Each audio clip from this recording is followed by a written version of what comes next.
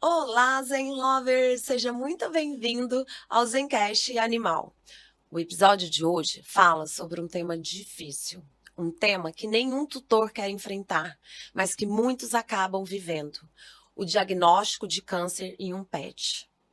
Uma palavra que chega junto com medo, dúvidas e decisões importantes. Eu sou a Lorena, essa é a Ameixa da Zen Animal e esse tema é muito pessoal para nós. A Ameixa enfrenta uma doença oncológica. E foi a partir dessa vivência que eu entendi o quanto a informação, acolhimento e escolhas conscientes fazem diferença no tratamento e na qualidade de vida. Quando esse diagnóstico chega, a pergunta costuma ser uma só: e agora? Esse episódio nasce para responder essa pergunta com clareza, responsabilidade e humanidade.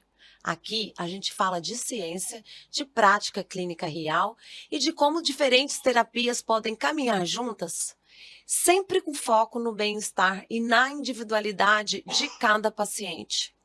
Hoje vamos conversar sobre tratamento oncológico veterinário e terapias integradas, entendendo como essas abordagens se complementam e qual é o papel do tutor em todo esse processo.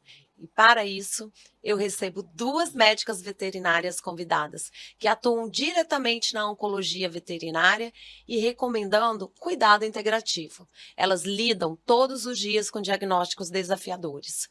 Se você é tutor, respira fundo. Esse episódio é sobre informação, cuidado e escolhas feitas com amor e consciência. Vamos começar? Eu tenho que operar esse paciente para ontem, porque ele pode entrar em abdômen agudo, em obstrução total e falecer. Doutora Juliana Nascimento, médica veterinária formada pela Universidade Federal Fluminense, mestre em medicina veterinária com ênfase em oncologia. Especialista em oncologia clínica e cirúrgica, há quase 15 anos dedicada à oncologia veterinária, acompanhando cães e gatos em uma das jornadas mais desafiadoras da medicina. Para ela, conscientizar é o primeiro passo, porque informação salva vidas. A gente sempre tem possibilidades, não é o fim, o diagnóstico não é o fim da linha, com certeza. Doutora Alexandra Costa, médica veterinária formada pela Universidade Federal Fluminense, com residência em cirurgia e oncologia veterinária, pós-graduada em oncologia pelo Instituto Qualitas, formação complementar em cirurgia plástica e reparadora, em cirurgias abdominais, torácicas e de emergência. Precisão, experiência, decisão. Para ela, na cirurgia, cada detalhe pode salvar uma vida. Sejam bem-vindas aqui, doutora Juliana, doutora Alexandra. E nós temos também uma participação especial aqui da Alice. E é muito bom receber, vocês para a gente falar um pouco sobre oncologia e quero aproveitar e comentar aqui com os nossos seguidores que a doutora Juliana é a oncologista que trata, a ameixa e que a gente quer, passar para vocês, vocês seguidores, aquilo que hoje eu tenho vivenciado e que a gente vai, de alguma forma, também abordar a oncologia de uma maneira geral. E aí eu quero começar perguntando para a doutora Juliana, em seguida a Alexandra também vai responder, o que levou vocês a se especializarem em oncologia veterinária? Bom, primeiro, obrigada pelo convite, Falar sobre oncologia para a gente é sempre um bate-papo muito prazeroso, a gente tenta desmistificar a oncologia de algo tão triste, a gente tem que entender que é uma etapa, muitas vezes, não é fim de vida, a gente fala muito sobre prevenção, sobre tratamento, sobre qualidade de vida. E não houve uma situação específica, mas eu me recordo de, no 8º período da faculdade, quando a gente tem a disciplina de cirurgia, e lá nós fizemos até a mesma universidade, lá na UF, é muito atrelado, a cirurgia veterinária com a oncologia, eu me apaixonei, eu quis começar o estágio no hospital, no setor, então eu fiz toda a sequência, de estágio, de monitoria, aí eu me formei, fiz o mestrado lá e continuei no atendimento no hospital por um tempo. Então a oncologia entrou, assim, de maneira apaixonante num primeiro momento, Eu sei que para muitos, né, as pessoas às vezes falam, por que você trabalha com oncologia? E para mim, oncologia significa muito mais. É complexa, é desafiadora. Cada paciente, ele tem uma forma de se manifestar a doença no organismo dele. E a oncologia, eu costumo falar que é uma das, se não a especialidade mais sistêmica. Ela está ali se manifestando no organismo todo. Então, a gente nunca interpreta um processo neoplásico localizado, a gente interpreta no organismo como um todo. E eu sempre gostei muito de clínica, do setor de clínico geral, né? Eu sempre atuei muito como clínico geral, então isso complementou na minha formação oncológica. Então foi paixão à primeira vista mesmo, né? A oncologia junto com a cirurgia veterinária, dentro desse contexto, desde a faculdade, eu nunca tive dúvida, eu tive esse contato e aí eu nunca mais saí dessa área desde então. E você, Alexandre? Lorena, primeiramente, obrigada pelo convite. Muito bom estar aqui com vocês, falando de algo que a gente adora, como a Juliana falou. O meu foi até que parecido. Lá na universidade que a gente cursou, a gente tem um hospital universitário, né, que oferece vaga de estágio desde o primeiro período para os alunos. E aí, no segundo período, eu entrei para o estágio na clínica médica e percebi que o setor de cirurgia tinha muitos pacientes, muita casuística, eu fiquei muito curiosa. E aí eu entrei para esse estágio, dali eu não saí nunca mais, eu fiquei fascinada. Acho que pelo mecanismo da doença em si, pela variedade de possibilidades que a gente tem. E uma coisa que me surpreendeu muito foi a diferença na relação entre o veterinário oncologista com os tutores, que é muito diferente na clínica médica, assim, muitas vezes, né? A gente tem uma relação muito íntima com os nossos pacientes e, consequentemente, com os nossos tutores também. Então, isso me surpreendeu, me encantou bastante. Desde então, não quis sair. Foi amor à primeira vista mesmo, como ela falou. Isso é importante porque quando a dose de amor é maior, né, acho que o sucesso no tratamento, ele acaba acontecendo, né, de forma assim, natural. E aí, meninas, eu gostaria, né, de perguntar para vocês como vocês enxergam hoje o papel das diferentes terapias disponíveis no cuidado oncológico. Normalmente, eu costumo enxergar, quando eu atendo um paciente, a gente vai lá do início, né? Que célula originou esse câncer? Como que começou a desenvolver no paciente, né, essa neoplasia? A gente tem que entender que é um processo global, né? Um conjunto de fatores que muitas vezes leva ao desenvolvimento daquele câncer, né? A epigenética daquele paciente, e como que aquilo afeta o nosso tratamento. Então, como especialista, o nosso papel é passar conhecimento técnico, explicações, né, com embasamento técnico-científico e entender a expectativa daquela família. Então, isso é muito importante. Não adianta eu passar um tratamento numa linha reta que não se adequa ao que aquela família tem de expectativa em todos os sentidos, tá? Não é só financeiro, no âmbito emocional, no envolvimento familiar, no que aquele pet tem de sensibilidade ou susceptibilidade, o que acontece também. Então, de um modo geral, a gente tem que ter o embasamento de todas as terapias que são propostas e que são validadas para aquele caso, para aquele paciente, expor a essa família e, em conjunto, a gente vai tomando a decisão ao longo do tratamento, né? Nunca é uma linha de mão reta. A gente segue ali caminho, segue curvas, sempre expondo todas as possibilidades. O meu papel ali é passar essa avaliação como oncologista. E aí vai variar, né? Conforme o caso, conforme o estadiamento, o estágio do câncer naquele pet, são vários fatores que a gente analisa de modo geral. E você, Alexandra? Eu enxergo essas terapias complementares como parte fundamental, assim, do nosso tratamento mesmo. Como a Juliana falou, né? A gente precisa expor ali todas as possibilidades dentro daquela situação, dentro daquele quadro, né? O que responde, o que tem eficácia de fato.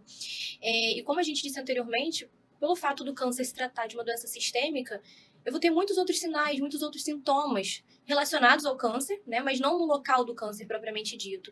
E as terapias complementares, elas vêm como literalmente, assim, uma soma no nosso tratamento. Então, eu vejo como parte fundamental da nossa conduta.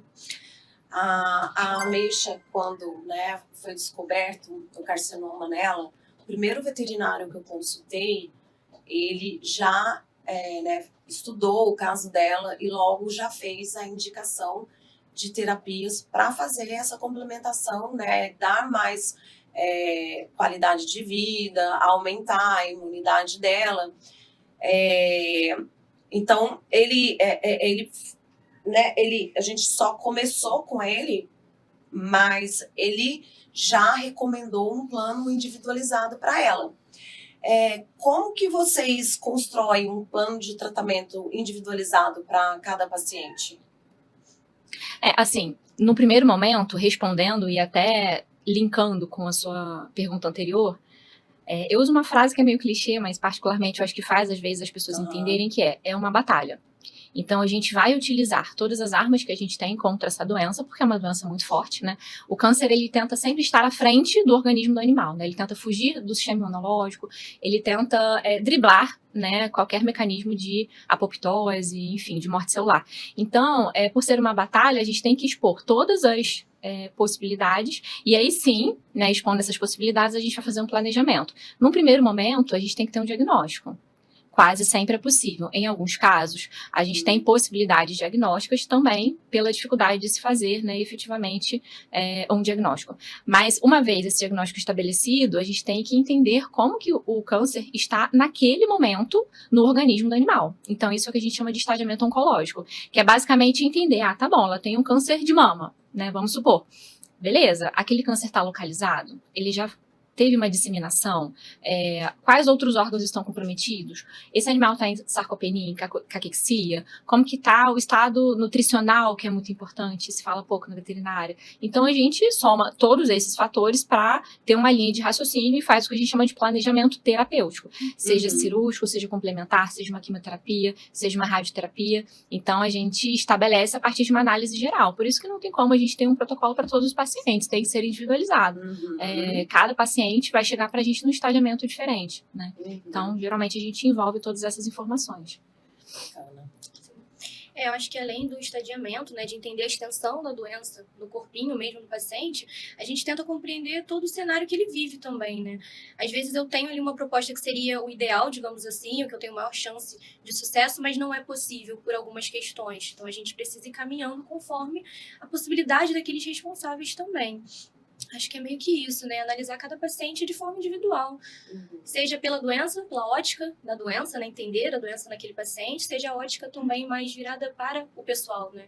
Tanto para a família do paciente, quanto para ele próprio. Tudo que ele apresenta junto com o câncer. Porque o nosso paciente, geralmente, ele não tem só o câncer, né? Ele tem outras comorbidades, então ele merece uma atenção muito mais especial mesmo. Com certeza. E essa atenção especial faz a diferença. Eu vejo, assim, que a Ameixa, né, ela passou por alguns veterinários e essas mudanças foram feitas não por incapacidade do veterinário, porque foi mudança de cidade, enfim. Mas passando, né, por diversos veterinários, eu percebi que aquele que tem o olhar de uma forma mais ampla e não só para o problema, né, ali, o tumor, o carcinoma, faz diferença no tratamento. Transmite pelo menos para mim, mais confiança. Porque nós vamos falar disso um pouquinho mais à frente, né? Quando faz a quimioterapia, vem outras coisas juntos, né? É até um tema que é importante a gente desmistificar a quimioterapia, né? Muitas pessoas deixam de procurar até um oncologista porque acham, primeiro, que todo tratamento de câncer é quimioterapia. Não é, isso é um mito. E segundo, quimioterapia é sinônimo de perda de qualidade de vida, de efeitos colaterais intensos, uma vez que em seres humanos, muitas vezes, não todas as vezes, esses efeitos são realmente presentes, né? Além de em animais a gente ter esses efeitos muito reduzidos comparados a seres humanos por uma série de fatores, os animais também não têm um fator emocional que influencia bastante, né? Eles não sabem, eles são seres conscientes e sencientes, porém eles não têm a ciência da doença. Então essa é a grande diferença. Eles não sabem que tem um câncer e o ser humano pode ter um câncer assim, inicial, tratável, mas já vem na cabeça dele um atestado de óbito, né? Ele acha que tá com câncer, não vai resistir. E aí vem a depressão, e aí vem uma série de fatores que realmente pioram a doença no organismo, porque é uma doença multimodal. Então, se a pessoa não tá bem, se o animal não tá bem, obviamente a tendência é que a resposta ao tratamento seja pior. Né? E eu pude perceber isso na prática, porque quando eu soube, eu fiquei muito, muito mal. Eu fiquei triste e todas as vezes que alguém se aproximava de mim, que eu precisava comentar alguma coisa, chorava e eu percebi que ela sentia e o comportamento dela, de fato, ficou também uma cachorra mais quieta, parecendo que a Ameixa é muito expressiva, né? Então, eu falei, eu preciso ser forte, porque eu estou, talvez, estressando ela também com essa ansiedade que eu estou de um tratamento, a ansiedade de saber o que vai vir pela frente. Não é uma notícia fácil de receber, com certeza não é. É impactante para vocês, pra gente também, né? Embora a gente fale disso todos os dias, nunca deixa de ser difícil. A palavra, né? A palavra câncer. A gente às vezes deixa até, evita falar muito essa palavra no consultório, porque ela impacta. E a pessoa, se não souber lidar bem com o que está passando, possivelmente o trajeto vai ser mais difícil. Né? A nossa mente comanda o nosso corpo e as nossas ações. Então torna-se mais difícil, com certeza. Ao longo do tempo, né? São 10 meses. Hoje eu lido bem melhor com isso e, inclusive, ajuda nas tomadas de decisões, né? Para que a gente tome decisões mais assertivas. Uhum. Bom, eu queria saber em que momento vocês perceberam que a terapia de suporte melhora a experiência do paciente. Mesmo assim, quando o tratamento principal é convencional. Vocês percebem alguma mudança, assim, em relação a essa terapia, em relação ao comportamento deles?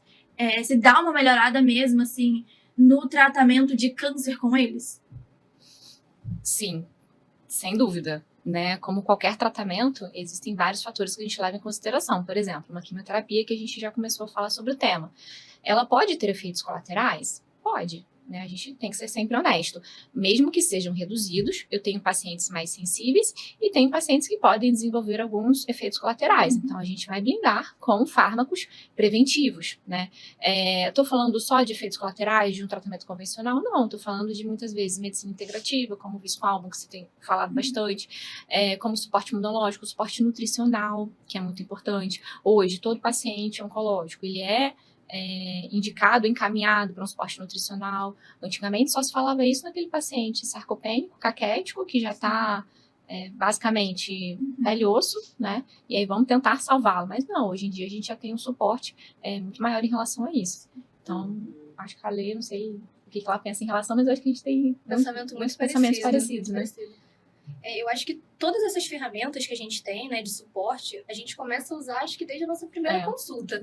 Porque a gente fala também sobre controle de dor. Eu tenho um paciente que, muitas vezes, ele tem uma dor crônica, né? Seja porque o tumor ainda está ali, ele não é possível de ser retirado cirurgicamente, ou seja porque ele libera sinais mesmo para esse corpo. Então, de uma certa forma, o controle de dor também é super importante e entra aí as terapias adjuvantes, com certeza, né? A medicina canabinoide hoje ajuda muito a gente nesse aspecto, né? A acupuntura também pode nos ajudar, é bem interessante. É uma forma, assim, de integrar mesmo, e são ferramentas para integrar o nosso tratamento, né? O viscoalbum, a gente utiliza bastante, a gente gosta muito do viscoalbum, né? Ele é um imunomodulador, então ele ajuda essa imunidade a responder um pouco melhor. Fora essas medicações que a gente usa para controle de efeitos colaterais que eventualmente acontecem, né? E vou aproveitar o momento que vocês estão comentando sobre essas terapias e falar para os nossos seguidores que nós teremos episódios aqui no Zencast Animal falando sobre o viscoalbum, sobre o canabidiol e outras terapias, né, que podem ser integradas ao tratamento oncológico dos pets. E aí, eu gostaria de saber quais são os casos mais comuns que chegam no consultório. Eu acho que o top 1, fala juntando, o top 1. O top 1, o nosso, né? Não do cenário da oncologia, linfoma. O nosso linfoma, com certeza. Mas isso não sei que palavra utilizar, mas é uma matação, não sei o que acontece. Mas a gente tem muito paciente com linfoma por diversos tipos de classificações anatômicas, né? Não que seja a neoplasia mais comum, tá? De um modo geral, no cenário da oncologia, a gente pega mastocitoma e tumores mamários, talvez, né? Sim. Mas a gente tem uma casuística grande de linfomas também, né? A gente fala que é quase que uma atração. Eu fiz mestrado com linfoma há mais de 10 anos atrás e na época eu já atendia muito linfoma. E parece que perdurou essa atração. Porém, a gente atende muitos tumores cutâneos, né? Um deles é o mastocitoma. E os tumores mamários, né? Neoplasia mamária é o clássico. Mas eu não sei se a Lê tem essa sensação, como cada vez mais tem se conscientizado sobre a castração como fator preventivo de tumor de mama, eu acho que tem reduzido. Antigamente era só tumor de mama, mas por outro lado, a oncologia cresceu bastante, né? E hoje em dia as pessoas buscam um diagnóstico mais precoce, os próprios tutores buscam. Né, vamos supor, há mais de 10 anos atrás, nós recebíamos encaminhamentos, né, de veterinários que às vezes já tinham operado aquele animal 3, 4 vezes, não tinha mais o que fazer, vamos encaminhar um oncologista. Hoje não, hoje há uma consciência social por parte das famílias, dos responsáveis, que as pessoas procuram, né, a gente trabalha em uma clínica de oncologia e muitas vezes as pessoas procuram porque viram uma lesão cutânea pequenininha, um tumorzinho de mama, tem alguma coisa errada. Então, isso está muito envolvido com a importância do tumor no âmbito familiar, né? Perdão, dos animais, no sentido de serem mesmo pertencentes a uma família multiespécie. Então, acho que tudo é um conjunto de fatores. Vou fazer uma pergunta um pouco técnica aqui. O que é o linfoma? O que é o carcinoma? Qual que é a diferença deles, gente? Quer responder? Pode falar do linfoma, eu falo. Então, quando a gente pensa num tumor, o que eu tenho que entender? Que célula que originou, né? Primeiro, para poder entender o comportamento biológico. Existe um termo que é a personalidade biológica desse câncer. Então, qual é a capacidade dele, qual o tecido que ele pode crescer e se diferenciar e sofrer todos os processos de transformações, quais as vias de disseminação, né, ele pode fazer ou não metástase, por que ele é classificado como um tumor. Então, esse é o ponto principal. Vou falar de linfoma e aí você fala dos outros. Mas assim, resumindo bastante, tá? Quando a gente fala de linfoma, né, uma neoplasia de origem hematopoética, né? Então é a proliferação dos linfócitos malignos. Esses linfócitos são oriundos lá na medula óssea e sofrem transformação muitas vezes em outros tecidos. E por que ele é muito comum? Primeiro, tá no corpo inteiro. Né? Você tem linfócito no corpo inteiro. E você tem, aí falando assim, por exemplo, do cão. O cão, assim como nós seres humanos, somos todos mamíferos, né? Eles possuem, antigamente o pessoal falava de língua, que são os linfonodos, né? Quando a gente tem dor de garganta, aumenta aqui no pescoço. Então, esses linfonodos são órgãos estratégicos, né? Que o organismo, de maneira muito inteligente, deixa ali espalhado pelo corpo. Não só esses linfonodos, mas órgãos linfóides, placas de tecidos linfóides, numa estratégia de combater doenças, inflamações, infecções. Então, eu tenho um acúmulo maior dessas células dos linfócitos, obviamente, nesses órgãos, né? Por isso que o linfoma, a sua classificação, na verdade, existem várias classificações, mas falando do âmbito anatômico, a sua classificação vai conforme o local da sua origem. E falando do cão especificamente, a sua apresentação mais comum, não é a única, a gente pega todas as apresentações, é o linfoma multicêntrico canino, que é basicamente o aumento desses linfonodos superficiais cutâneos. Existem vários, mas existem os palpáveis. O que, superficialmente, eu consigo sentir, eu consigo ver. Então, quando a gente tem a proliferação desses linfócitos malignos, a gente tem o linfoma. Se ele está no corpo inteiro, o tratamento não é cirúrgico, exceto em situações específicas em que a cirurgia é necessária para a vida daquele paciente. Por exemplo, um linfoma no intestino, fazendo uma obstrução. Aí eu vou operar. Mas o paciente está com linfoma nessa apresentação primária, nesses linfonodos, então a indicação não é cirúrgica. A indicação é quimioterapia para veterinária. Na medicina humana, a gente tem um tratamento bem mais avançado, mas na medicina veterinária, o principal tratamento, por exemplo, é a quimioterapia, porque ela vai agir em células do corpo inteiro. Então, pensando em tumores, em neoplasias, a gente pensa sempre na origem, naquela célula que originou, para poder entender qual a personalidade biológica desse tumor, entendeu? Aí os carcinomas, eles têm uma origem um pouquinho mais diferente, que já é o epitélio daqueles órgãos, né? Ou seja, a composição mesmo do órgão. Eu posso ter o carcinoma mamário, que vai se originar ali no tecido que forma as mamas. Um carcinoma hepatoide, por exemplo, que já é o tecido que eu tenho no fígado. Então, o carcinoma ele se origina das células epiteliais, que formam mesmo aquele tecido. Então, muitas vezes eu consigo removê-lo cirurgicamente, porque ele está localizado naquela região ali, né? Diferente do linfoma, que eu tenho ele por todo o corpo.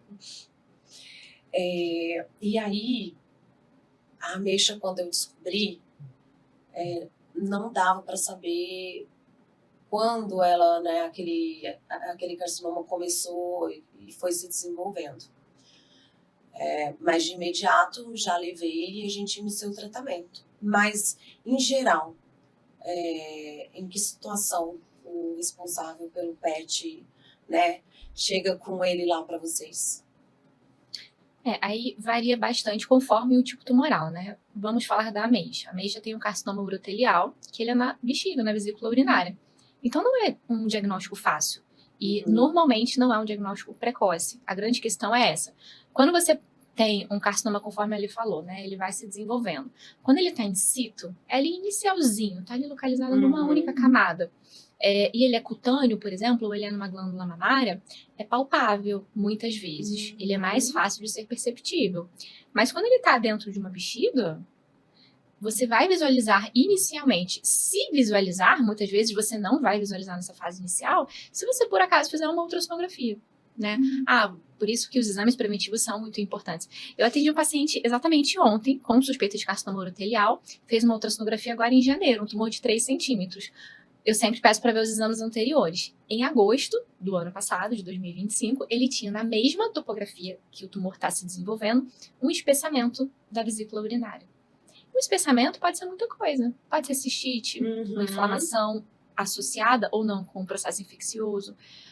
Eu posso ter uma inflamação crônica. Tem raças que têm tendência a inflamações crônicas. O pug, por exemplo, é uma delas. Então, assim, não necessariamente um espessamento.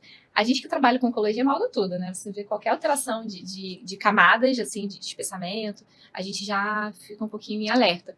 Porém, alguns tumores são desafiadores, como o caso da ameixa. Então, muitas vezes, quando chega pra gente, como foi o caso dessa paciente de ontem, é porque já tinha um tumor de 3 centímetros e o que chamou a atenção do tutor? Sangue na urina. Foi a Quando mesma começou coisa que aconteceu.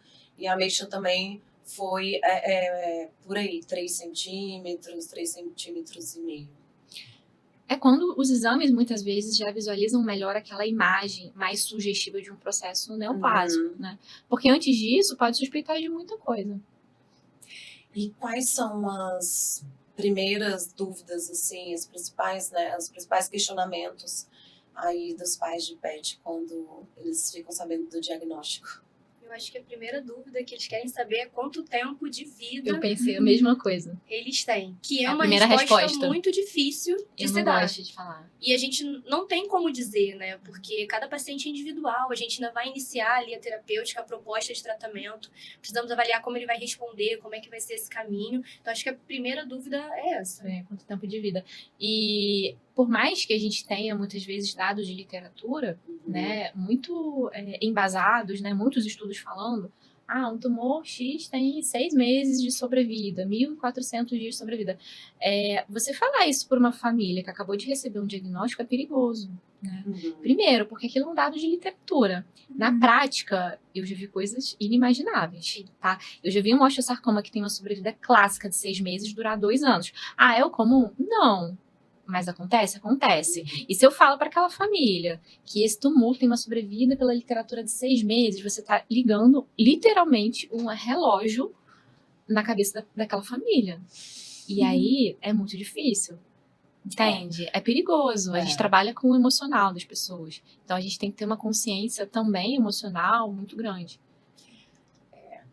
Eu, inicialmente, pela literatura, recebi aí 6 meses sem cirurgia e 1 ano ou até 1 ano e meio com cirurgia. Eu tenho certeza que você saber, né, desse tempo é muito difícil. É muito complicado, porque você começa a contar o tempo mesmo, né? Você começa tem uma ampulheta na cabeça e tem coisas que, né, a gente não tem o que fazer. Então, eu imagino que seja extremamente delicado para vocês quando essa pergunta chega. Eu não respondo. Eu também não. Eu digo exatamente isso. Cada paciente é individual, cada história é única. E que é real, né? E que é real. Agora, a ameixa está há 10 meses no tratamento e a ameixa tem uma boa qualidade de vida. Acaba, né, que a doença provoca cistite, algumas inflamações, a gente vai tratando, então ela tem esses incômodos, mas eu todos os dias sou grata porque, né, continuo contando, são 10 meses. Para cirurgia, sem cirurgia seria 6, e agora a gente tá com 10 Isso meses. é um ponto-chave, né? A qualidade de vida é um ponto-chave. Muitas vezes, quando eles perguntam quanto tempo de vida o paciente ainda tem, a gente tenta conversar mais pro lado do... Não é quanto tempo de vida que a gente vai conversar agora, mas sim a qualidade de vida nesse período que ele estiver conosco. Embora seja muito difícil ouvir isso, né? Deve ser muito difícil ouvir, mas é tentar entender exatamente isso, que a qualidade de vida é o que importa pra gente. Uhum. E entra naquela parte de você alinhar as expectativas daquela família com o tratamento. É importante. Até quando a gente indica um tratamento, né? É importante você falar, olha, esse tratamento não tem cura. Impacta ouvir? Sem dúvida, né? Você pensar assim, mas eu vou submetê-la, a gente ouve muito isso. Mas eu vou fazer a quimioterapia que vai tirar a qualidade de vida e não vai ter cura? Não vai ter cura, né? A gente tem que entender a expectativa certa. Porém, o não ter cura não é fim de vida. E muitas vezes, quando o animal não tem qualidade de vida, muitas vezes, assim, e quase todas as vezes, é pela doença. E não é pelo tratamento estabelecido. A quimioterapia, ela não é a vilã. Ela pode gerar efeitos colaterais num período curto, que é aquele período de pico de ação dela na medula óssea. Então, assim, a longo prazo, a doença é muito mais causadora de sofrimento do que... Mas é aquilo, né? A gente enxerga, às vezes, o que a gente quer também. E a gente respeita, né, a decisão das pessoas. Eu não posso impor a minha... Isso a gente vai aprendendo com o tempo, né? No início você quer mudar o mundo. Aí depois você enxerga que não. Que você tem que também respeitar, né? Por trás de cada família que tá ali do outro lado, tem uma história de vida. Tem alguém que lutou contra um câncer na família, ou que tá numa depressão, ou que tá com problemas financeiros. Então, o nosso papel ali é esse, é ser realista, expor de forma transparente e consciente, né? E a escolha da família. É muito legal a gente estar abordando esse tema, né? Tentar mesmo fazer essa desmistificação em relação ao tratamento. Eu já ouvi, assim, tá conversando com uma pessoa, o cachorrinho tá, né? O cachorrinho dela tá passando também pela doença e falar pra mim, mas eu não vou mexer com fazer quimioterapia, nem radioterapia, porque vai acabar com o cachorro. Às vezes já chega na consulta falando isso. Eu vim só ouvir uma opinião, mas não é incomum. Acontece muito. Eu só vim só ouvir uma opinião, mas eu já falo logo que eu não vou fazer quimioterapia. E aí, quando o responsável pelo PET, ele já chega com essa mentalidade, o que vocês sugerem? Porque aí as outras terapias, elas podem acontecer também, né? Mas não são efetivas. Depende muito do paciente, do estágio, conforme a gente já falou anteriormente, né? Mas, assim, acho que eu vou repetindo de novo essa questão, né? O nosso papel ali não é impor um tratamento. E a gente respeita quando o tutor opta por não realizar. Aí existe, dependendo do caso, as terapias de paliativismo, né? As terapias complementares. Existem várias terapias que a gente vai instituir para aquele paciente para poder proporcionar qualidade de vida. Aí vai desde, conforme a Alexandra falou, né? Vai desde um controle de dor, um controle de êmese, um controle de estado nutricional. As terapias integrativas também são muito utilizadas. Existem uma série de fatores, né? Existem as terapias como acupuntura, fisioterapia, então tratamento holístico, homeopatia. Aí vai muito da escolha do tutor, né? Mas todo paciente em paliativismo, eu pelo menos entro com medicação de suporte, controle de dor, controle de êmese, sugestão de controle nutricional e de medicina integrativa, que eu uso muito é o Viscoalbo, né? Que eu vejo na prática realmente melhora a clínica do paciente. Então são as terapias que geralmente a gente utiliza. Além dos nutracêuticos, os que são liberados, nem todos são liberados, tá? E existe também quimioterapia metronômica, que são doses baixinhas de quimioterapia, que basicamente não tem efeitos colaterais. Quando tem, presença de sangue na urina, e a gente suspende e acabou, né? Então, assim, tem várias modalidades de tratamento que a gente pode utilizar para esse paciente. Aí vai depender do caso daquela família. Do individualizado. Sempre tem o que fazer, né? A gente diz que sempre tem o que fazer. Não quero fazer a quimioterapia, que é o mais clássico. Gente, tudo bem. A gente vai entender ali o posicionamento da pessoa, né? Até porque, como a Ju falou, todo mundo tem uma história em casa, todo mundo tá passando por alguma coisa, a gente nunca vai forçar a barra, isso nunca acontece, mas a gente vai expor ali outras opções. E sempre tem opções. Sempre tem possibilidades. Pessoal, o Chico tem um recado para vocês, né, Chicão? Quando a gente fala em saúde de verdade, não tem como deixar de fora a alimentação natural. Por isso, eu quero apresentar para vocês o ANP Dog. É o maior canal sobre nutrição e alimentação natural para cães, que também oferece um curso completo para tutores que querem cuidar melhor da saúde dos seus pets. E é por isso que o ANP Dog é patrocinador do Zencast Animal. Você vai conseguir 15% de desconto, você está ganhando 15% de desconto na compra do curso, utilizando o cupom ZENCASH. Vai estar aqui na descrição. Que bom, né? Aproveitando aqui que a gente tem um gato perdido por aqui, vamos entrar nesse assunto, né? Em gatos, quais sinais costumam ser mais sutis e acabam atrasando o diagnóstico? Porque a gente sabe, né, que gato é muito diferente de cachorro. O gato tá mais assim, tá mais lá, mais solto, não vem tanto pra perto. E a gente acaba não pegando tanto. E a gente não sabe. Então, assim, costuma atrasar mais em gatos? Como é que é? Inclusive, ela acaba de aparecer. São seres complexos. Os gatos são mais difíceis, com certeza, mas eu acho que a gente conta com um fator, eu tenho essa impressão, né? Os donos de gatos são muito atenciosos, a sua maioria, muito atenciosos mesmo. Então, o menor sinalzinho, assim, o sinal mais sutil, hoje ele não quis comer o sachê que ele tanto gosta, ele vai levar pro veterinário, porque ele sabe que aquilo ali é um sinal de alerta. Pelo menos a maioria dos donos de gatos são muito atenciosos assim.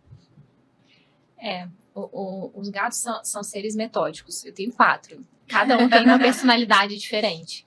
E é isso. Por serem metódicos, qualquer mínimo detalhe que chame atenção, você vai interpretar. Mas ainda assim é difícil, né? Dor em gato é muito difícil dos tutores perceberem. Dor crônica, paciente com doença osteoarticular, aquele gatinho de 17 anos. Se é um cão, ele levanta mancando, ele anda rebolando, ele faz de tudo. O gato não, ele fica mais encolhidinho. Então, assim, é realmente mais difícil da gente perceber. E alguns tumores no gato, né? Muitas vezes eles chegam mais agressivos, né? O clássico é a neoplasia mamária. E, às vezes, muito pequenos já são muito agressivos. Então, são seres mais difíceis, sim. Eles têm uma personalidade bem peculiar da espécie, né? Gostaria que vocês comentassem algum caso que chegou para vocês, assim, assustador, que vocês viram um bom resultado, assim, no tratamento, caso de sucesso, digamos assim. Nossa rotina, né? Quer falar alguma, Lê? Eu tenho um paciente que eu sempre guardo ele com muito carinho, que é o Panqueca. Que ele é um labrador. Hoje ele tá com 6 anos, então é jovem, né? Quando ele chegou pra mim, ele tinha 4 anos. Foi pra clínica médica porque tava ali sem comer, desanimado. Um labrador jovem é super, né? Alegrinho, brinca o tempo todo. Ele já não era mais assim. O doutor percebeu a barriguinha dele muito inchada. E ele começou a vomitar sangue, né, e tudo mais. Levou pra clínica.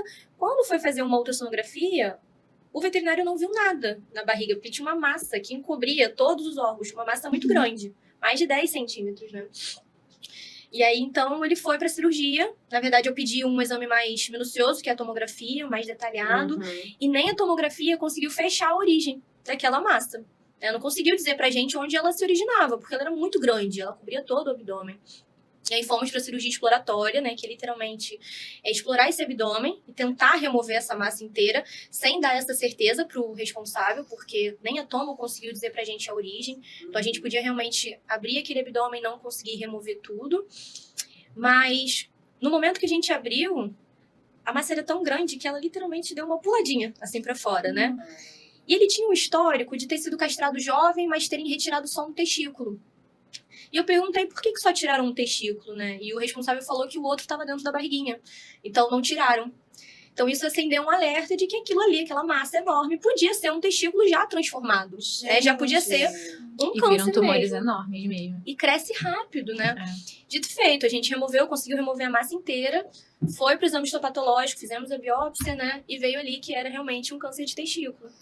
E aí a vida dele melhorou 100%, né? Ele hoje está super bem, ganhou peso, tem a vidinha dele normal, atividades normais, segue acompanhamento, porque a gente precisa acompanhar, né? Mas foi um divisor de águas, assim, para ele.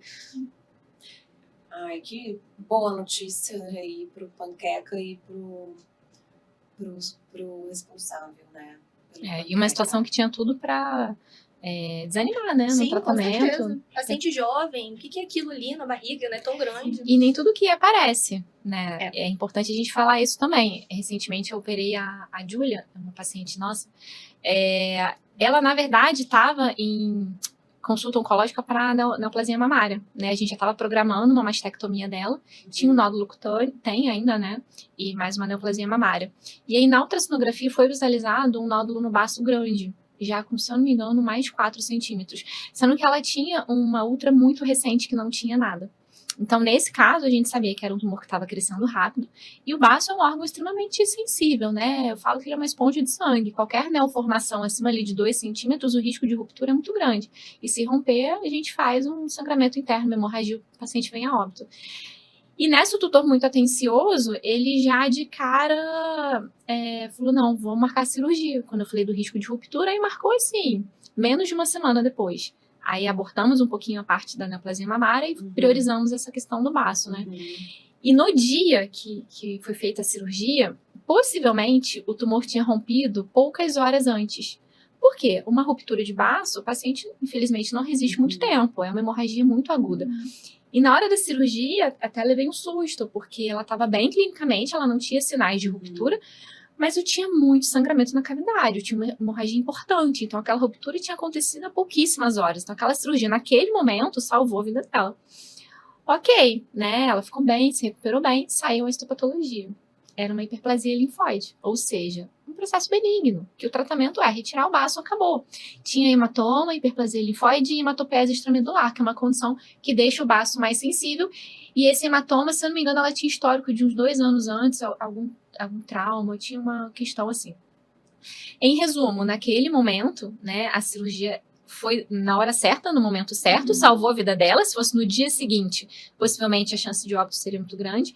E além disso, era benigno. Então, nem tudo que parece, né? Nem tudo que parece é. Então, é importante a gente também entender isso. E quando você acabou de falar de um caso, né, que você indicou a cirurgia, mas como que vocês analisam que vai precisar de uma cirurgia, vai precisar de uma radioterapia ou outras abordagens? Nós duas somos cirurgiãs, né? Então a gente tem um olhar clínico já cirúrgico que ajuda bastante, até com a nossa experiência no centro cirúrgico. Indicação varia conforme a neoplasia ou a suspeita, quando a gente não tem diagnóstico, né? Nem todos os tumores são operáveis. E muitos tumores a gente indica cirurgia, né? Para tratamento curativo ou não. Aí vai depender da biópsia, da histopatologia. Por exemplo, esse exemplo do baço que eu dei. Foi uma versão benigna. A versão maligna, vamos supor que desse um hemangiosarcoma esplênico. O tratamento é cirúrgico, porém a cirurgia não é curativa, né? A doença já está no organismo. Então, assim, a indicação ou não de uma cirurgia, né, vai ser indicada conforme aquele paciente. Aquela localização, aquele diagnóstico prévio, quando tem, por exemplo, uma citologia, uma biópsia prévia, ou uma suspeita, ou um risco para aquele paciente. Por exemplo, intestino, é o clássico. Tem uma neoformação intestinal que pode estar obstruindo esse intestino. Eu não quero saber o que é, eu tenho que operar esse paciente para ontem, porque ele pode entrar em abdômen agudo, em obstrução total e falecer. Então, agora, por exemplo, falando do baço, é um órgão muito comum de fazer nódulos benignos. Todo nódulo do baço a gente opera, não. É um nódulo pequeno, que está ali estagnado, seu crescimento, e a gente vai monitorando. Então, a gente vai avaliar conforme cada paciente realmente. E quando, né, na prática, vocês indicam a integrar, né, os tratamentos? Né? Falo de nutrição, de um risco com álbum. Eu acho que o estadiamento oncológico ele guia muitas decisões nossas, né? Entender a extensão da doença, a condição que aquele paciente chega pra gente. Então, eu acho que decidir pela medicina integrativa, né, pelas ferramentas complementares, acontece naturalmente logo no início, né? Nas nossas primeiras consultas, no primeiro atendimento. É olhar aquele paciente e ver qual a necessidade dele naquele momento. Como a Ju falou, nem sempre eu posso fazer uma cirurgia, né? Seja pelo tamanho do tumor, a localização ou a natureza do tumor. A gente citou 2 exemplos aqui de casos que foram um sucesso e passaram por procedimento cirúrgico. Mas a gente também tem casos, pensei no TOR, do TVT, que não tem a indicação cirúrgica, mas eu consegui o sucesso com a quimioterapia sistêmica, e são tumores por exemplo. feios. Feios, grandes, né? A gente tem alguns pacientes que passaram por isso. Tem o Bolt também, que foi até você que fez, né, a cirurgia dele. Que é um caso que não foi possível realizar a cirurgia, né, devido ao tamanho do tumor. Ele hoje se mantém incrivelmente Muito bem bem. com medicina integrativa associado à quimioterapia metronômica. Ele faz os dois, ele faz o viscoalmo e o Bolt é um shih tzu, o quê? Nem 8 quilos ele tem. Não, acho que não. 6 quilos. No máximo 6, 7 É quilos. Ele é um pequeno. pequeno, com um tumor com mais de 10 centímetros no fígado. Tem noção Uhum. do que é um tumor de mais de 10 centímetros? Muito feio. É muito feio. Ele chegou com um quadro de dor, né? De inapetência, de caquexia. Aí, a Alexandra, que fez o procedimento cirúrgico, pode até falar mais em relação a isso. Ou seja, né? É um tumor inoperável devido à complexidade e o tamanho. E ele tá muito bem. Assim, os tutores também se empenham muito. Ele faz acompanhamento nutricional, eles fazem a aplicação do visco direitinho, faz a quimioterapia metronômica. Eles ficam até assim, pedindo pra gente fazer mais, né? Ele faz controle de dor, que é muito Controle de efetivo dor. também. É um Ele tumor tá que gera super muita bem. dor. Sim, E tá super bem. Então, assim, a terapia suporte é essencial pra qualidade de vida. Uhum. essencial. E isso que é legal que evoluiu na oncologia veterinária, assim. Há pouquíssimo tempo atrás, eu tô aí uns 15 anos na oncologia, há 10 anos atrás não se falava nisso, sabe? O tumor inoperável, não tem o que fazer, no máximo faz uma dipirona intramal. E não, hoje em dia a gente tem muito o que se fazer, né? Graças a Deus. E em quais situações vocês veem que a medicina, né, integrativa, ela vai trazer mais benefícios? Eu vejo em todas as situações que eu aplico. Todas as situações, basicamente. Nunca vi tentar um tipo de ferramenta ali e não ter efeito. Pra mim, só positivos mesmo. E é engraçado que, assim, eu tava até conversando esses dias com uma tutora sobre isso. Existem as modas, né? Hoje em dia, com rede social, tudo viraliza. E de uns 2 anos pra cá, viralizou o viscoalmo. E aí virou moda. Né? Antigamente ninguém se falava sobre isso. Hoje em dia, os tutores perguntam pra gente no consultório sobre o viscoalmo. E realmente, ele tá na moda. Mas o viscoalmo, ele já é falado antes da quimioterapia. Se você for pesquisar a origem dele, você tem a origem dos celtas. Hipócrates já falava sobre viscoalmo. Então, ele tem estudos para oncologia desde a década de 30. Então, assim, você tem muito embasamento em cima dele. E nós temos realmente uma resposta clínica muito boa por diversas vias e mecanismos que ele exerce, né? E na clínica é incrível, como realmente o Bolt é um exemplo. Teve o Buzz também, que era um linfoma super avançado, o tutor não queria fazer, tinha linfoma e sarcoma grau 3. Ele manteve no viscoalmo, melhorou muito a qualidade de vida, esse paciente já veio a óbito. É claro que tem um certo limite, né? Não existe nada milagroso. Então, a gente tem doenças agressivas. Conforme eu falei lá no início, a gente usa armas contra essa batalha, mas muitas vezes, infelizmente, a gente está falando de uma doença grave e séria, né? Mas, assim, tem os modismos. Então, de vez em quando, tem os da moda, né? Teve o canabidiol, o visco. Eu acho que agora a gente está entrando na moda das células-tronco, que não deixa de ser uma terapia complementar também, que, claro, não é indicada para todos os tipos de tumores, né? Mas para os que têm indicação, tem uma boa resposta. Ainda é um tratamento oneroso, ainda é caro, então é pouco acessível, mas é algo que a gente tem falado muito mais, que na medicina humana já se fala há muito tempo, né? Pra gente tá se tornando mais real agora.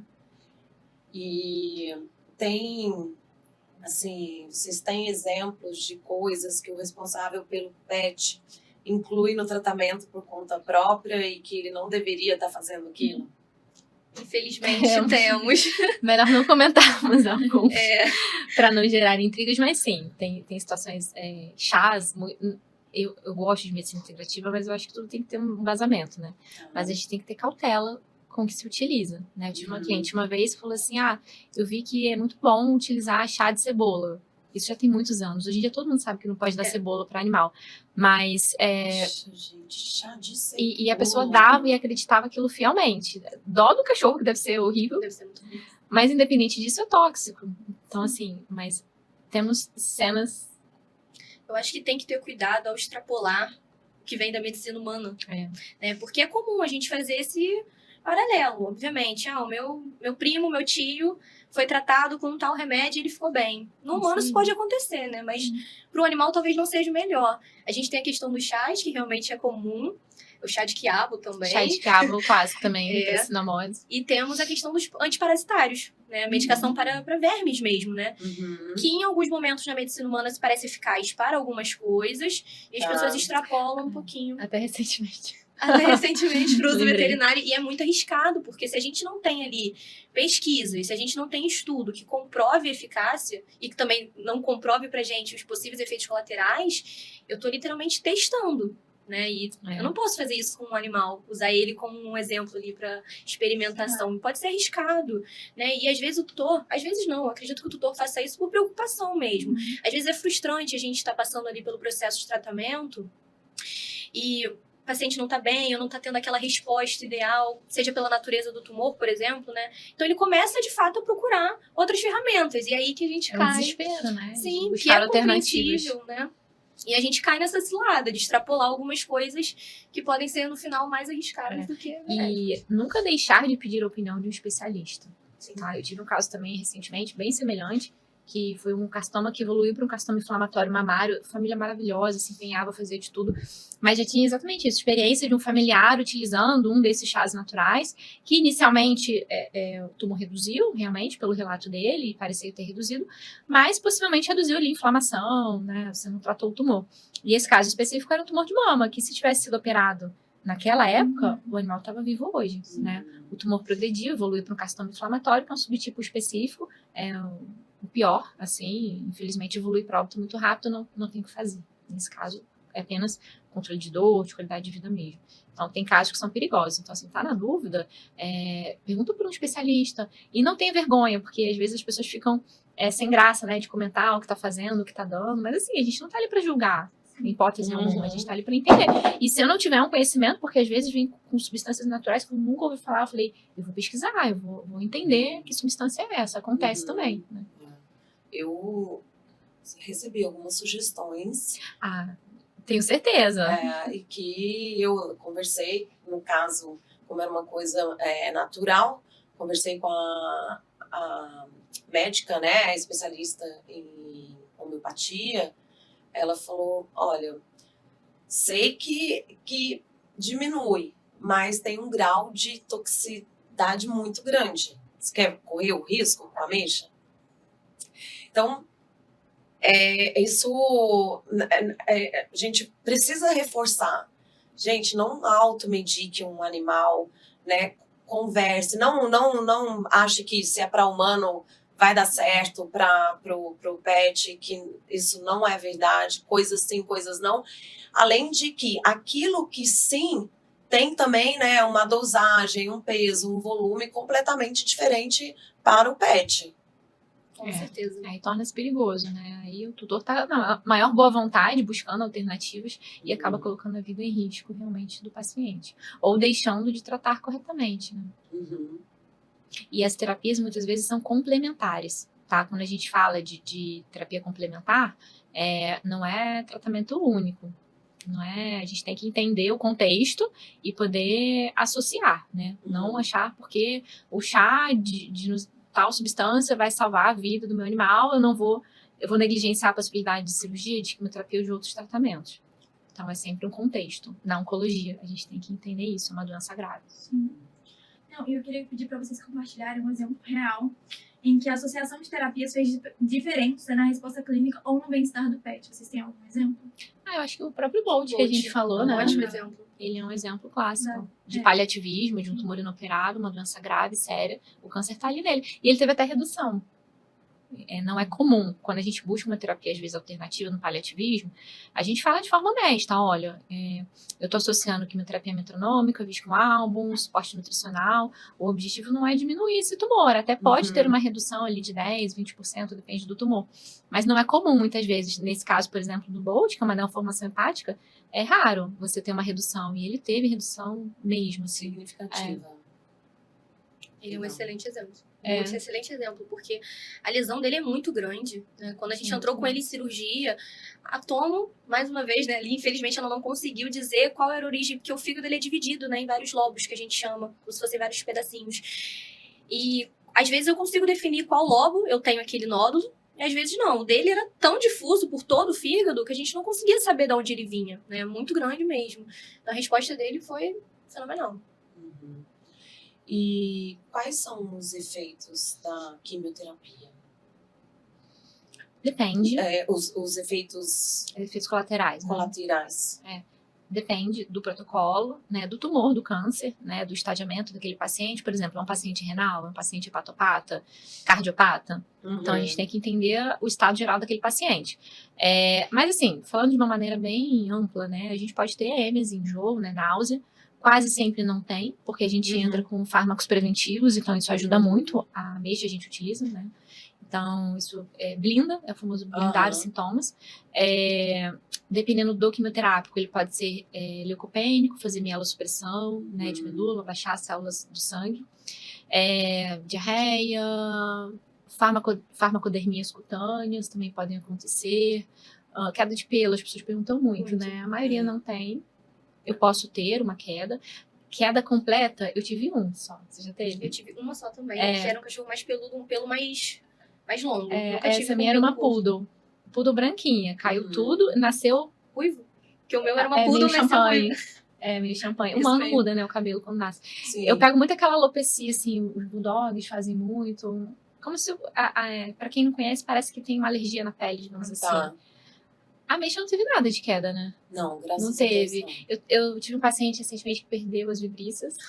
Ficou assim, os bigodinhos. É um SRD parecendo do filme A Dama e o Vagabundo. E aí ele perdeu todo o cabelinho espigado. Parece que raspou. Então, assim, mais um efeito colateral que te chama atenção. A gente pode ter a cistite, né, hemorrágica, que pode acontecer, mas é com um fármaco específico. E eu acho que é importante a gente falar que esses efeitos colaterais são muito individuais. A gente tem pacientes que apresentam tudo. Muito sensíveis, apresentam tudo. E a gente tem pacientes que não apresentam nada. Vida normal, não tem efeito colateral nenhum. Isso também não significa não ter eficácia no tratamento. Não. A ausência de efeitos colaterais não significa falta de eficácia, né? Então é muito individual. Numa estatística minha, mas eu já vi relatos de literatura, uma média de 20% dos animais têm efeitos colaterais. Então, de cada 10 animais, 2 animais possuem efeitos colaterais. Os outros 8 animais ou não tem nada, ou são muito brandos. E não é um caminho reto, né? Falei isso lá no início. Por quê? Esse animal está mais susceptível a fazer uma mielossupressão. Os leucócitos abaixaram. A gente vai fazer manejo de dose. E, às vezes, por exemplo, a vinblastine, ele faz isso numa fase do ciclo, depois para de fazer. Também pode acontecer. Ou o animal tem uma tendência de desbiose intestinal, ele tem uma tendência de diarreia, esse é o clássico. A gente lá, no primeiro atendimento até, a gente já entra com probióticos. Então, a gente fortalece essa flora intestinal. Então, assim, a gente vai avaliando conforme o paciente. Ele tem uma gastrite, tem uma tendência a vômito, ele vomita tudo, enjoa tudo. Aí eu também vou fazer os medicamentos necessários para isso. É um paciente muito alérgico. Então, eu vou ter uma atenção maior em relação a isso. Vou entrar com corticoide se ele não está no protocolo, ou com antialérgico. Ou se é um mastocitoma, a gente entra com antialérgico. Então, assim, depende muito do paciente do protocolo. E como é que o responsável pelo PET pode ajudar nesse manejo, né? Quando o PET estando em casa? Dos sintomas? Tem que ter uma atenção, né? É o que eu falo, assim, tenta não enxergar o paciente como câncer. A gente tem essa mania, né? Vou olhar o paciente e vou enxergar só o câncer. Não, a ameixa é a ameixa. É sua companheira, ela tem todas... ela não pode ser apenas o câncer. Então, assim, mas efeitos podem acontecer. E tá tudo bem. Né? A gente vai saber lidar com esses efeitos. A gente brinca que animal é igual criança, né? Por exemplo, se você passou mal, tá tendo uma diarreia, você nem liga. Mas se essa diarreia é no animal, você se desespera. Então tem que ter calma, tem que ter paciência. A gente vai saber lidar com essas intercorrências. E se elas se intensificarem, a gente vai ter que recorrer a um tratamento mais intenso. Tá? Seja injetável, seja até internar, seja mudar esse protocolo, que esse paciente não está se adequando a essa medicação. A gente não vai insistir, caso o paciente tenha uma sensibilidade. A gente muda o protocolo, a gente começa geralmente reduzindo dose, né? Não, mesmo assim ele não tá legal, a gente pode mudar esse protocolo. Então a gente vai lidar conforme eles forem surgindo e quase sempre não surgem. Quase sempre é mais um medo inicial mesmo. Mas podem surgir. E entender que muitas vezes os efeitos são mais perigosos pela doença do que pela quimioterapia. Eu acho que um momento assim é que pode ser, graças a Deus isso não está acontecendo com a Meisha, mas a questão da dor, né?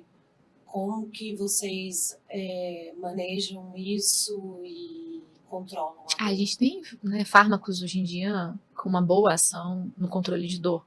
A gente tem estudo, né, de como identificar essa fase da dor e tratar da forma adequada, né? Eu geralmente inicio com algo mais básico e a gente vai intensificando na medida que for necessário. E se é um paciente que está bem, porém ele tem algo que a gente sabe que causa uma dor crônica, vou falar de novo dele, o Bolt. Ele tá bem, mas ele tá lá usando medicamento para dor crônica. Então a gente tem que utilizar, tá? Agora, o que acontece às vezes é o tutor falar assim, ele tava bem, eu parei de dar. E aí o paciente volta assim, 2 semanas depois com quadro de dor, aí ele já tá com perda de peso, porque ele tá com dor, ele não quer comer, tá desidratado. Então, a gente consegue identificar e tratar, né? E aí vai depender do limiar de dor. Tem algum caso, né, emblemático de tutor, né, que deixou assim, que tocou vocês? Alguns. Alguns. É muito difícil a gente não se envolver em um certo grau, né? Eu tenho uma paciente não, uma responsável, que ela estava comigo com 2 animais com a mesma doença. Um gatinho e um cão. E um familiar com a mesma doença. Isso então, é bastante comum também. É muito comum a gente ver isso. Um familiar com ou a mesma doença ou algo parecido. Ou uma história que recentemente lutou contra aquela doença. Isso é muito comum. É incrível. Olha o sofrimento desse pai ou mãe de pet. Eu acho que o primeiro passo é ouvir. A gente tem que estar ali disposto. A gente fala que é uma terapia, muitas vezes, né? Então a gente tem que ouvir o que aquela família tem a dizer sem julgamento. Eu falo isso sempre. O meu papel ali não é julgar. Meu papel ali é entender o que está acontecendo. E uma vez você ter um conhecimento técnico embasado, também é uma forma de acolhimento. Você saber passar alternativas para aquele tutor, para aquele pet, né? Que está com a doença. Então a gente tem que ter um embasamento, saber ouvir e acolher e caminhar junto. É uma batalha junto. Ali não está um contra o outro. Está um a favor daquele tratamento, né?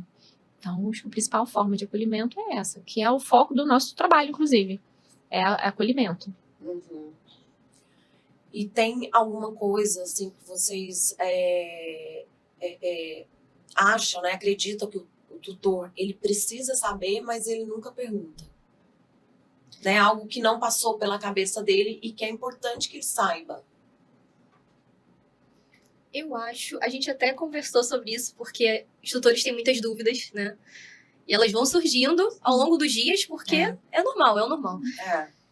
Mas se eu fosse pensar em algo que eles não perguntam, eles deveriam saber, seria sobre a quimioterapia sistêmica. Eu gostaria de dizer para eles que não é tão ruim quanto parece. Pode não ser tão ruim quanto parece. E que os animais, além de muito resistentes, não têm essa condição emocional. Isso faz toda a diferença. E que eles também, os tutores, são uma ferramenta fundamental. A gente precisa que eles estejam faz diferença. Cientes e envolvidos. E por mais difícil que seja o diagnóstico, e é difícil, como a gente falou, né? É difícil ouvir essa notícia. Eles são a rede de suporte daquele animal, né? Eles vão falar pelo animal, eles vão fazer pelo animal. Então, acho que é isso. A gente precisa deles. Muito. A gente tem que ter muita cautela sempre, né? Então, quando a gente percebe um familiar com muito medo, e até a forma como a gente fala tem que ser diferente. Porque, assim, eu não posso falar para aquela família que a quimioterapia não vai ter efeitos colaterais. Eu não posso falar que vai fazer a cirurgia e que eu não vou ter intercorrências, porque elas podem acontecer. E quando você fala, mas o percentual é muito pequeno, mas pode acontecer, aí o tutor trava. E tem tutor que quer que a gente tome a decisão por ele. E eu não posso tomar a decisão por ninguém, né? A gente vai expor sempre, vai trabalhar junto, falar até o que é melhor, no nosso ponto de vista, o que é mais indicado, mas é muito difícil lidar com essa certeza que não existe na vida. Então, assim, a gente não consegue dar garantias, dar certeza, porque nós estaremos negligenciando os riscos existem. Eu acho que na veterinária há uma dificuldade em falar sobre isso. O humano fala muito melhor. Você vai fazer uma cirurgia humana, o médico fala de forma muito natural sobre risco, sobre... Na veterinária, não.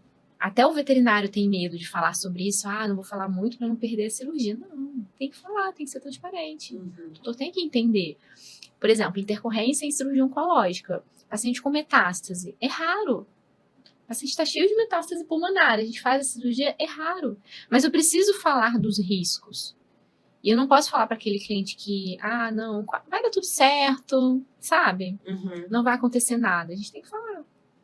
Até para uma castração, a gente precisa Até para falar. uma castração. Né? E a castração, digamos que é a cirurgia mais comum na medicina veterinária, mais comumente feita, né? E a gente precisa falar que tem riscos, sim. Você acabou de falar, assim, sobre câncer em humano. É muito diferente o tratamento de um câncer em um animal e um câncer em um humano? Assim, sem dúvida, a medicina oncológica humana está muito mais à frente da nossa, isso é um fato. Tá, nesse sentido, sim. Porém, muitas drogas são de uso humano. Sim. A maioria das quimioterapias são quimioterapias de uso humano. A gente tem hoje em dia terapia-alvo específica da veterinária, temos, mas não é a realidade da maioria dos tumores. No entanto, sim, a medicina humana ela é mais avançada em relação à veterinária, você tem muito mais terapia-alvo, imunoterapia, os tratamentos são muito mais modernos, né? A gente está caminhando um pouquinho atrás, mas são drogas humanas na maioria das vezes. Porém, com tolerância diferente, citotoxicidade diferente, dosagens diferentes, por isso que os animais toleram melhor. Um clássico, assim, a doxorubicina que a gente usa para muitos tumores. Em humano, é uma infusão, se não me engano, de 8 horas. É muito longo. E em animal, a gente faz ali até 1 hora, mais ou menos. Então, assim, são efeitos diversos conforme a espécie, né? Mas não só pela espécie, mas pela tolerância mesmo, a citotoxicidade, as dosagens, vários fatores envolvidos em relação à farmacologia daquela droga. E doutoras, eu acho que tem um momento que é bem difícil também. E quando vocês chegam na conclusão que o tratamento já não está mais contribuindo e que é necessário interromper? São duas situações. O tratamento pode não estar mais evoluindo, aí você tem uma doença progressiva, ativa, sem resposta a mudanças terapêuticas. Tá? Fiz um protocolo, não funcionou, fiz um segundo, não funcionou, fiz um terceiro, não funcionou. Você percebe que aquela doença está extremamente ativa. Mas o paciente ainda tem qualidade de vida. Então, a gente pode entrar em paliativismo, conversar, chegar a um consenso. Tem tutor que não quer desistir, que mesmo com a doença extremamente ativa, ele quer continuar com o tratamento. E tem tutor que fala, não, eu prefiro só continuar com controle de dor e qualidade de vida, entra em paliativismo. Mas tem aquela situação em que a droga não está mais agindo e você não tem conforto, qualidade de vida, você não tem condições desse pet reagir, porque ele já está com a doença muito avançada. Então, ele está, por exemplo, com uma angústia respiratória e a gente não consegue tratar. Ele está com uma neoformação que causa muita dor, muita inflamação, e não está respondendo aos diversos fármacos. Aí uma outra situação, né? Aí vem a grande palavra tão temida, né? Que é a eutanásia. A eutanásia, para vocês é difícil, para a gente é muito difícil também, porque não deixa de ser uma frustração, né? Pela doença que progrediu. Porém, quando bem indicada, ela também é um ato de amor, né? Então, assim, é você pensar que você está tirando a dor e o sofrimento daquele paciente. Porque, às vezes, a gente tenta manter por um apego físico nosso. E é difícil tomar decisão pelo outro. É a gente que toma a decisão. E humano, em países em que a eutanásia é liberada, existem clínicas para isso. O humano toma essa consciência e ele opta por isso. Mas quando a gente tem que tomar por um outro ser que a gente ama e que a gente está lutando, é difícil. Aí é minha postura, né? Não sei da lei, mas eu não costumo, Juliana, indicar. Não, eu acho que tá na hora, tem que fazer eutanásia. Porém, quando chega o momento e aquela família conversa comigo a respeito, a gente avalia. Não, realmente tem indicação. Aí a gente pode fazer. Mas entende? Não é uma decisão minha. Não me cabe tomar essa decisão. Por ser uma decisão muito difícil, se eu induzir a família à decisão, essa família sempre vai lembrar da Juliana como a que indicou a eutanásia. Será que eu fiz o certo? Então, o momento, a hora, muitas vezes vocês que chegam até a gente com essa informação. A não ser um caso muito crítico, muito grave, que é mais complexo. Mas quase sempre é um conjunto de fatores, né? E o que aconteceu, né, com o cão orelha? Que, infelizmente, difícil, né, Possivelmente, nesse caso, ir para a eutanásia. exatamente. E ali foi uma ferramenta de alívio de dor, né? De alívio de sofrimento. A eutanásia pode ser uma ferramenta, realmente. Nesse caso, eu acho que não tinha outra opção mediante a crueldade que ele sofreu, né? Era um paciente que estava em dor e sofrimento já há dias, né? Em agonia. Então, nesse caso, mas aí envolve espiritualidade, religião. A gente tem também que respeitar aquela família. Tem gente que fala, a mãezinha, né? A mãezinha foi um paciente muito especial, ela foi extremamente guerreira, tinha uma neoformação em seios nasais muito grande por muito tempo. E a tutora falava, não quero fazer eutanásia, não quero fazer. E, por fim, acabou sendo feito. Mas foi, assim, num estágio muito avançado, muito avançado, muito avançado. Muitos tutores já teriam feito antes. O caso do Orelha é um caso muito triste, né? Que a gente está vivendo essa realidade agora. E que, novamente, né? Às vezes a eutanásia é uma decisão difícil, mas é estranho falar dessa forma, né? Mas é um ato de amor também. Você escolher parar, cessar o sofrimento de um ser que está sofrendo, é um ato de amor. Tá chegando no final do nosso episódio e eu gostaria que vocês deixassem aqui uma mensagem, as duas, para aquele responsável, né, pelo pet que acabou de descobrir que o animalzinho dele tá com câncer. Bom, eu diria que ele não tá sozinho, a gente não tá aqui só para tratar a doença, pelo contrário, a gente tá para acolher a família desse animal, porque a gente precisa, né, que os tutores estejam cientes, envolvidos. A doença a gente quer, obviamente, exterminar, né, mas a gente tem o nosso paciente, que é o mais importante. Então, ele não tá sozinho, a gente vai estar sempre disponível para conversar. E sempre há opção do que fazer ainda, né? A gente sempre tem possibilidades. Não é o fim. O diagnóstico não é o fim da linha, com certeza. Sem dúvida nenhuma. A gente está ali para acolher, passar informação, né? Entender como que a gente pode contribuir para aquela família, para aquele paciente, que é o nosso principal foco. E não para julgar. Então, a gente vai passar tudo que é possível, vai caminhar junto, né? Não tenha medo, né, dos efeitos colaterais. Às vezes a gente tem mais medo dos efeitos do que da doença, então vamos entender essa doença, o potencial dela, né? Vamos alinhar as expectativas e entender que ali a gente está junto, né? O que ele falou, é uma batalha junto, então a gente vai até o final proporcionando o principal, que é bem-estar para o paciente. Então, a oncologia não pode ser definida apenas como quimioterapia. Não vou porque vai passar uma quimioterapia e eu não quero. Então, assim, abre a mente, vamos trabalhar junto, alinhar as expectativas e seguir caminhando até ter, né, um diagnóstico e um tratamento estabelecido. Como eu tenho o poder de fala sobre isso, não gostaria de ter, mas tenho, comparando o início, quando descobri, com agora, eu acho que eu deixo essa mensagem, eu reforço a mensagem de vocês, né? Manter a calma, respirar e confiar no médico veterinário, né? Buscar por um médico veterinário, né, da confiança, que eu acho que isso também é uma relação de confiança. É importante.